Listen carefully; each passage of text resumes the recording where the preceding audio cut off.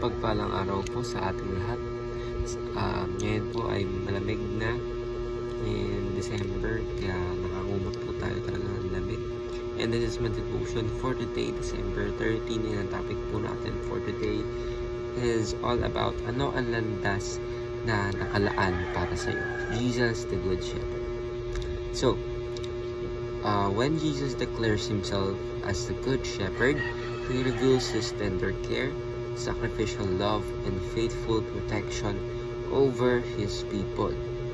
Unlike hard hands who abandon the flock, he lays down his life and leads his sheep towards life.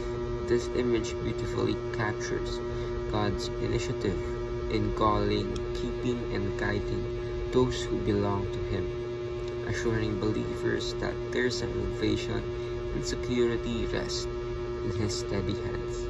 So ating scripture for today is John chapter 10 verse 11. Sabi ko po, I am the good shepherd. The good shepherd lays down his life for the sheep. So, isang mapagpalang araw po, ano? So, ang ating topic po for today is all about our Lord and Savior Jesus Christ being our good shepherd. Kasi tayo po ang sheep. Sabihin kasi tayo yung mga sheep na hindi alam kung saan tayo pupunta. Tayo yung mga sheep na kapag tayo ay may nakita na nakakaengganyo, doon tayo pupunta. So that is why kailangan natin ng shepherd o yung pastor na mag-aalaga sa atin o mag-guide sa atin sa kung ano o kung saan ba talaga tayo dapat. Kasi marami po sa atin ang kadalasan, maramihan sa atin o lahat sa atin ay ligaw na ligaw sa buhay na kung saan hindi nila alam kung ano ang pupunta nila. Pero ang ating Panginoon showed it. He sacrificed himself for us na save tayo, mabigay ang grace of salvation and para maipakita kung ano ba talaga yung sacrificial love, yung unconditional love na maibibigay ng ating Panginoon sa Kristo. Kahit siya ay tao, siya ay nagkatawang tao, he showed us that unconditional love na dapat dumadalo rin sa atin ngayon as Christians.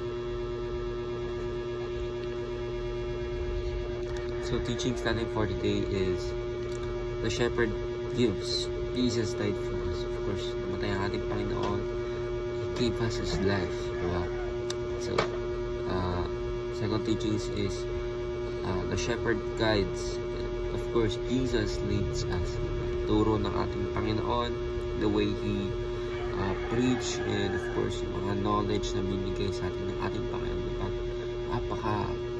Napaka-blessed natin dahil our Lord gave us all these things. Diba? Parang spoon feed na ng ating Panginoon sa ating palitan na irapan. Kaya ang kabait yung pagmamahal ng ating Panginoon. So, the teaching natin is the shepherd guards, or God, or our Lord and Savior Jesus Christ protects us. So, we must be grateful dahil ang ating Panginoon, He oversees lahat. He is omnipotent, omnipresent, and omniscient. So, we must be grateful ng ating Panginoon, ang ating Diyos, dahil